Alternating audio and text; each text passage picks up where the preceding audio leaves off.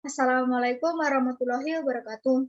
Perkenalkan, kami dari kelompok B4 akan menjelaskan mengenai tugas akhir dengan judul estimasi probabilitas kualitas ramen berdasarkan review kualitas ramen dengan menggunakan metode distribusi binomial. Nah, sebelum masuk ke inti pembahasan, kami akan memperkenalkan diri terlebih dahulu. Nama saya Jessica Maya Biliansari dengan NIM 92410101030 dengan rekan-rekan saya yaitu Ane Raihan dengan NIM 1031, Safa Kamila dengan 1032, dan Syafril Krisnanda dengan NIM 1029. Nah, di sini kami membagi topik pembahasan menjadi 4, yaitu yang pertama adalah latar belakang, yaitu alasan pemilihan topik, yang kedua ada metodologi penelitian, yaitu metode yang akan kami gunakan, yang ketiga ada pembahasan, yaitu hasil dari pengerjaan, dan yang terakhir ada kesimpulan, yaitu kesimpulan yang dapat diambil. Latar belakang pemilihan topik kami adalah karena Jepang itu memiliki beberapa kuliner dengan banyak peminat. Salah satu makanannya yang paling terkenal itu adalah ramen. Bisa kita lihat di gambar, ramen sendiri adalah olahan makanan yang terbuat dari mie dengan topping dan kuah kaldu yang khas. Nah, untuk mengetahui kualitas ramen, salah satu caranya adalah dengan melihat review dan rating yang diberikan oleh orang yang pernah mengkonsumsi ramen tersebut. Maka, untuk mengetahui reliabilitas dari rating ramen, perlu diketahui estimasi konsumen dalam memberi nilai untuk review ramen yang pernah dikonsumsi konsumen. Baiklah, di sini saya akan menjelaskan tentang metodologi penelitian. Jadi, metodologi penelitian itu adalah metode yang kami gunakan untuk menyelesaikan masalah yang kami angkat ini. Dan metodologi penelitian yang kami gunakan itu adalah distribusi binomial.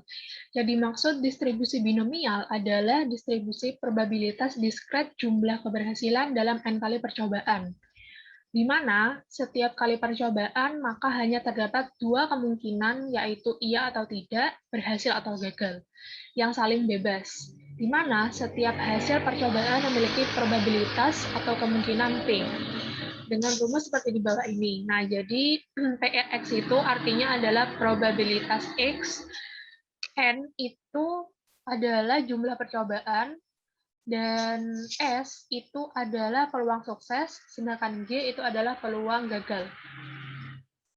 Baik, di sini saya Jessica Maya dengan NIM 1030 akan menjelaskan mengenai pembahasan. Nah, sebelum masuk ke pembahasan, di sini data yang saya gunakan pada penelitian kali ini adalah data rating ramen di seluruh dunia yang terdiri dari lebih dari 4.000 rating ramen. Data ini dikumpulkan hingga tahun 2020 pada 506 brand ramen di dunia.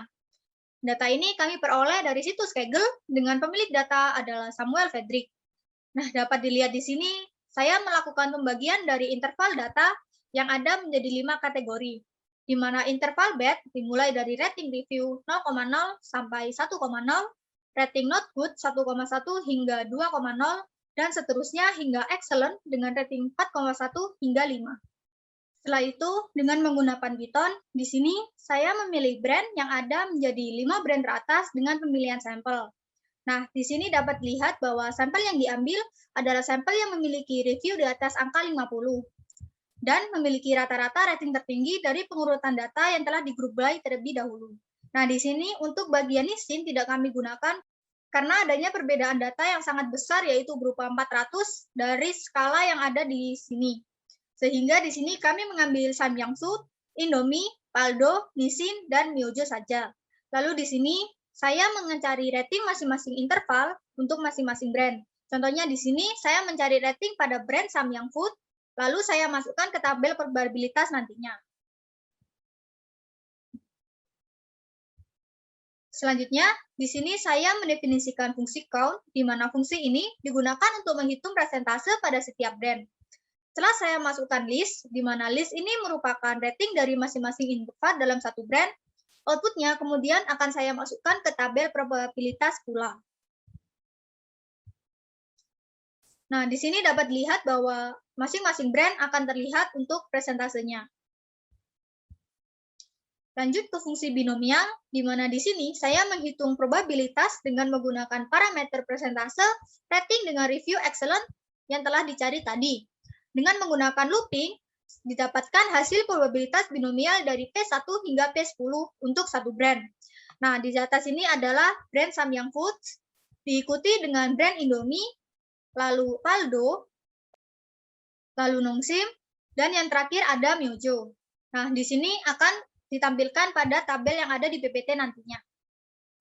Nah, kembali ke PPT, di sini seperti yang ditunjukkan pada slide, yaitu contoh dari brand Samyang Foods dan probabilitas terjadinya masing-masing rating dari brand Samyang Foods.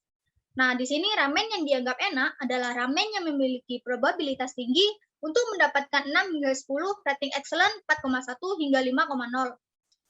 Nah, maka dari itu kesempatan berhasil terletak pada probabilitas dari sebuah brand untuk mendapatkan rating 4,1 hingga 5,0 dan kesempatan gagalnya adalah 1 digunakan dengan kesempatan berhasil.